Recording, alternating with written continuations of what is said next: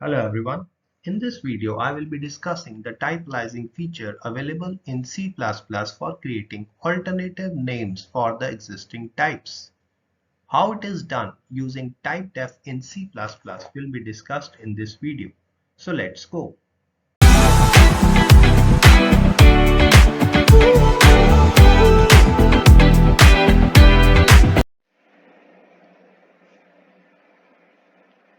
Hello everyone. So let's start with the type aliasing feature available in C++ and how it is done using typedef keyword in C++. Now, type aliasing feature is a mechanism that helps to create an alternative name or simply synonym for an existing type. That is, you can provide a new name for a complex, working with complex declarations. You have declared a type and it is a very large or lengthy one and you want to create an alternative name. So this is a mechanism that helps to perform an alternative name. Now it does not change or defines a new type. It just provides a more meaningful name to an existing type so as to improve the code readability while working with complex types. So it does not defines a new type. This means that it is just creating another name, like you have a name and you are being recognized by another name. So you're both pointing to same. So similarly, you are not changing the existing data type over here or the meaning of the existing type. You are just providing an alternative name for the existing type so that it can be more meaningful. Now in C++, one way of doing is using the typedef keyword, which basically means type definition. Now it has been also available in C, so it has been there available from C when it was borrowed from C most of the features. So this is one of the feature that was available in C also. Now how it is done, we name a existing type followed by the alias name. Now this is the syntax for declaring a new alias for an existing type. For example, if you are having to rename unsigned int to natural sum, and you can do it using typedef like this. Now next time when you declare a variable a of unsigned int, you can simply write natural sum and it will mean the same. So this is how type aliasing feature, that is defining a new type for existing type, can be done. Now it is used basically telling that it can be used interchangeably. Yeah, that is, you can use unsigned int, but when we are working with lengthy programs, complex data types are available. So for that, it is a very important feature, specifically when working with gaming programming, network programming, or other where large programs are made and complex types are to be dealt with. Similarly, consider another example. Here we are having an int array as an alias for the int array. So this is one of the ways of using it. Next time we declare it, we have to simply write the name of the alias. We can also think of like function pointers, where function is being created, pointer to a function will be created. Now this is basically a type for that function pointer, and we are providing a new name for this, and this function will be having a return type of void. So simply by writing function pointer over here as an alias, we can simply create a new function pointer which otherwise have to be written like this followed by this. So this is how the type aliasing feature is very helpful while working with complex types. Now let's discuss it with the help of a small program.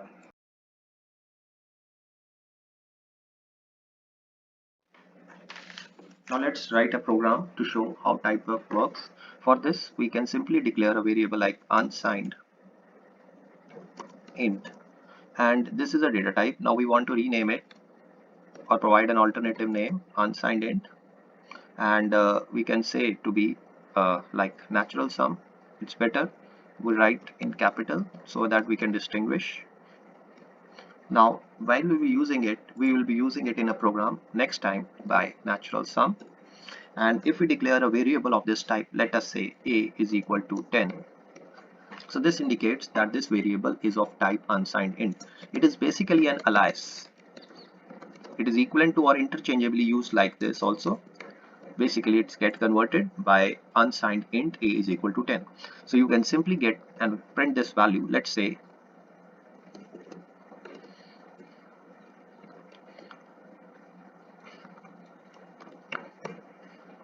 Now let's run this code and you can come across how it is done. So simply you're providing an alternative name for the data type. That is very important, the term data type. So unsigned int will be replaced by natural sum while used in the coding. Now this is a very simple example. While working with complex programs, it is really very helpful. Now we can also consider another example where we rename an array like as follows.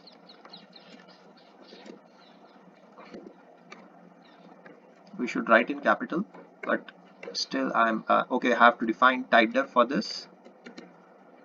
Typedef int. Okay, so this is an alternative name for this array. Now I will be using it in a program.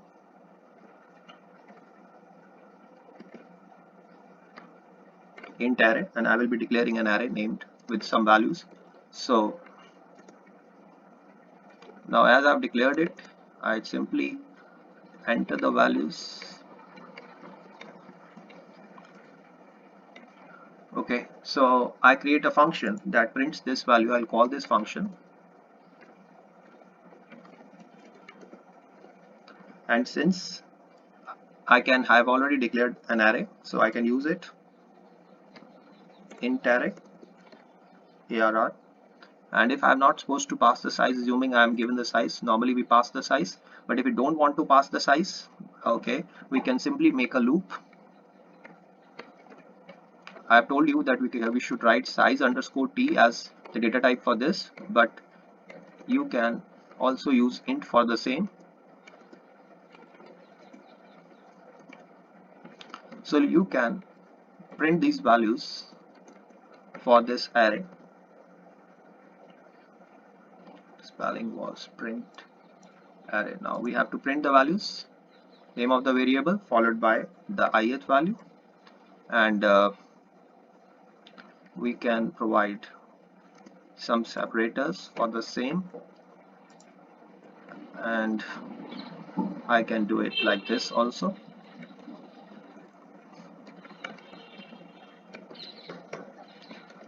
So let me call this function also. I will pass this function with this value print array, and when I will call this function, I will pass the variables that I've declared, and here I've written, I can write another name so as to not confuse you. I can simply say numbers, and I can pass numbers because I've fixed the size, so there is no need of passing the size. Now when I run it, you can see the alternative name for this array is int array, and it has been used in the code. Okay, so this is how we can simply show. There are many more examples, specifically while working with anonymous structures like typedef followed by struct keyword,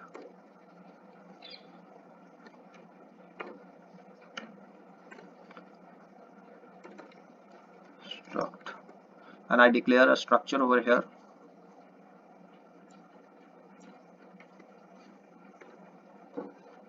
Let us say some variable to be of int type and string name. So this is an anonymous structure, and if we're using, I can provide a typedef for this. Now with typedef, next time I will use it. Okay, what's an error over here? Okay, so using space. Okay, now you can use it in a program. Let's say you declare a variable of struct type. So next time you will write a variable, you can simply write the variable player1 is equal to some values that you can assign, or simply you can get those values. Like here I can put some values, let us say. So you can see over here that I am using a typedef to use the alternative name for this whole structure. This is an anonymous structure. We'll be discussing it later in some videos. Now I am providing to print the message. So for this player1 dot id, I'm also supposed to print the name. So again I provide, this is how we use structures. We'll be discussing it later in some videos when I will be dealing with structures. So you can also see here when I print this structure, I get this particular values. So this is, I have declared structure, I have declared a normal synonym for the normal data type over here. Then I have declared a data type for an integer array. In addition, there are function pointers or many more things. Like if I do want to use a function pointer, I can use it like this, type def, followed by the return type, followed by, let us say, function pointer is an alternative name for this function pointer. I have to declare it to be a pointer, so I have to write asterisk. Then in the parenthesis I have to specify any value that it will hold. So this is an alternative name for this particular function pointer. Okay, spelling has to be corrected. Now if I use this particular function pointer, now I can use it in my code. I tell you how to use it. For this, I simply say function pointer followed by the variable name. Let us say function pointer 1 or something of the sort. This is, I'm writing a lambda function for the same.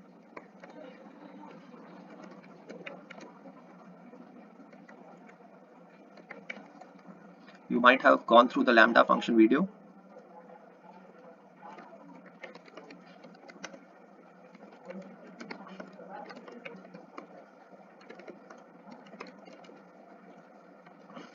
So here you can see I have printed some I've used function pointer, and this function pointer is to print some message. So I can also use it in my code whenever necessary. So let me save it. Let me check if there is okay, everything is okay. I have not printed the value. Value is equal to value. So, and this is an expression, I have to end with semicolon. So let me first, then only it gets executed. So for that I again create a function. I have not created a call, execute function, some function. I pass this function pointer, I call this function, and now I pass this function pointer variable and a value also. That I forgot. I have to write this code over here. Let me write it.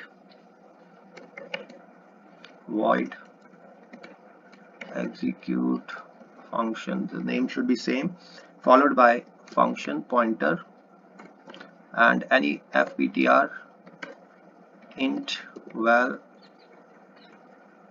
and I replace a call to this function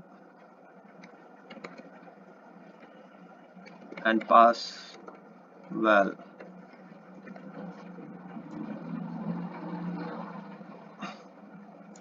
Okay, I have to call it through function pointer. I have named it function pointer, not function. Okay, so when I call this function now, you can see here, so it is giving me the value. So there are different scenarios where I can use this type def and change or provide an alternative name to the existing type. Basically, this is just to reduce the complexity. Okay.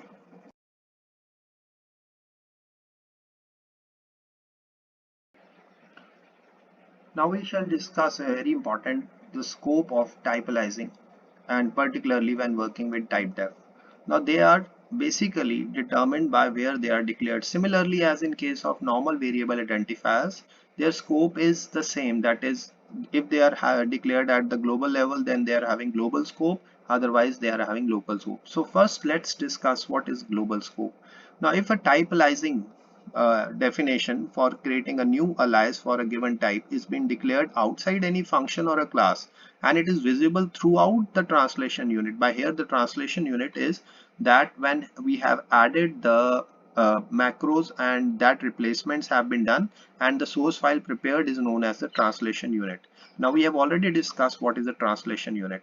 Now if it is having a global scope, then like here you can see we an earlier program that we discussed, all were declared globally, so you can use it throughout. That is, simply once you have declared a type def, that is you have renamed into my int, you can simply use it, and without any, because it is available globally, it will be available across any function or any class that you want to use. So it is having a global scope. And if you are having a local scope will be the one when the type alias is being declared inside any function or a class. So scope will be limited, not visible outside that particular boundary where that particular scope of that particular class or function ends. Now in normal variables the same happens. So here also you can see here that we have declared it within the main function. We have declared renamed into myInt.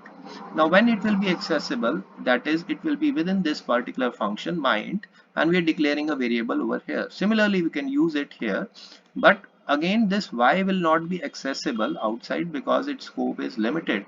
So it is nothing but depending upon it is an alternative name. Now no doubt typedef has been having a local scope. Now its scope is limited to this particular, so this particular definition or renaming that we have done with the help of typedef. Now typedef will be available within this scope, so it is called a local scope. So this is a very important property that we have to remember, but it is quite similar to the normal variables that we have discussed. So let's see with the help of a code.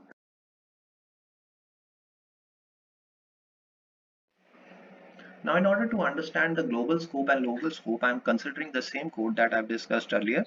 I have added all the type defs outside main, so it is having global scope over here. And since it is a global scope, so it can be used within the main function also. Now, global scope,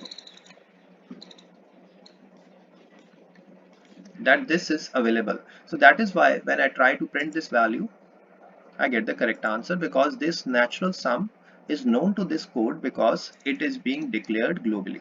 Similarly, this int array is known to it because using typedef I have provided it earlier also.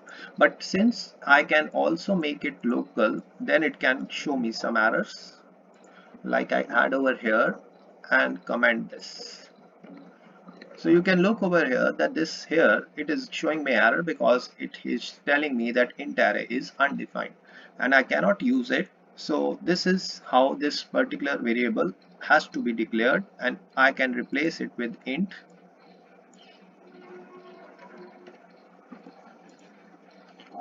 Again I have to use here like int.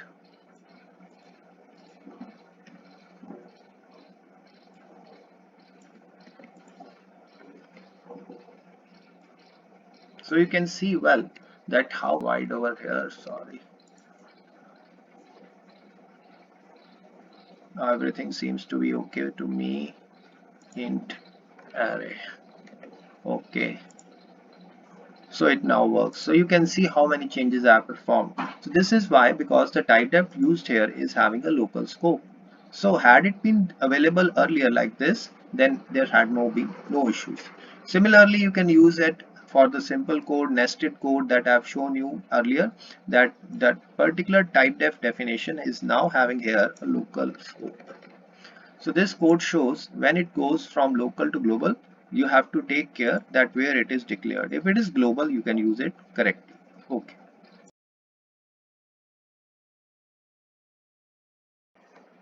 Now let us discuss a very important feature. We can also declare multiple aliases using typedef. Now you can, for this, you can simply include it in a header file. Like here, you can see here that multiple aliases have been declared within a header file, and this header file, as how it is being declared, we have already discussed, is using creating header file video that we discussed earlier. You can see that particular video. Now this particular header file once created needs to be saved, and once it is saved, let us say that we have used here alias.hpp. You have to save it like this and used it in a code. Let us say program.cpp. Now when you use it, you have to include it, and similarly you can see here that you are declaring a variable using this particular alias name that is we have already used with typedef, and you can simply use it over here. So this is how you can create multiple typedefs in particular header file and use it in your code. So let me show you with the help of a program.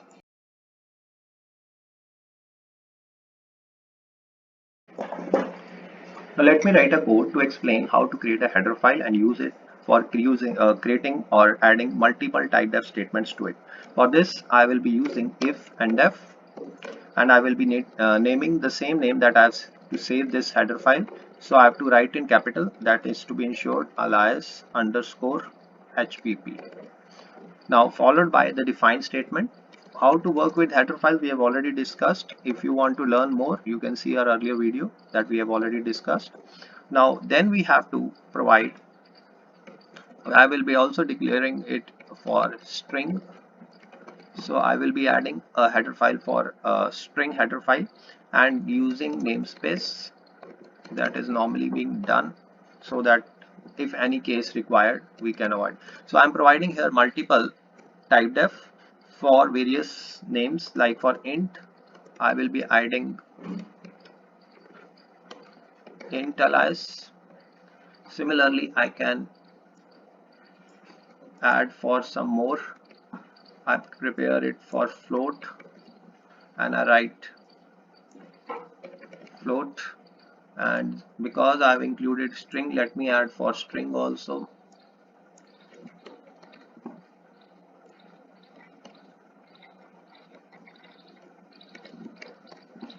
So I've created, and finally I end this particular, this brings to the end of header file that I've created for alias.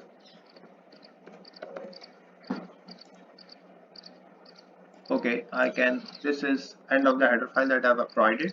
Now I save it, and I've already made a header file, a code that will be using this particular header file. So let me open that code. Now in this particular code I have included this header file that I've already declared. Now once I save it, I now move to this particular code where I'm using the alias for this particular integer is the name of the variable.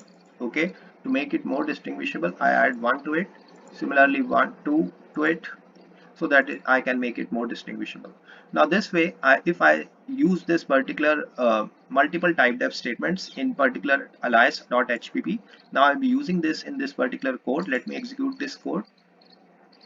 So you can see that I'm getting those values and the program is working correctly because I have already created alias in the alias.hpp program header file. So this header file is being included, and I have to ensure that the location of the directory or the place where this particular header file is stored is almost the same that in which I am creating this program. For more details, you can see how to create header file video already discussed with you in your previous sections. So this is how I can work with multiple, declare multiple type def statements and in a header file and then use it in a code. So this is one of the ways of using multiple type def statements in a code. Subscribe, like, share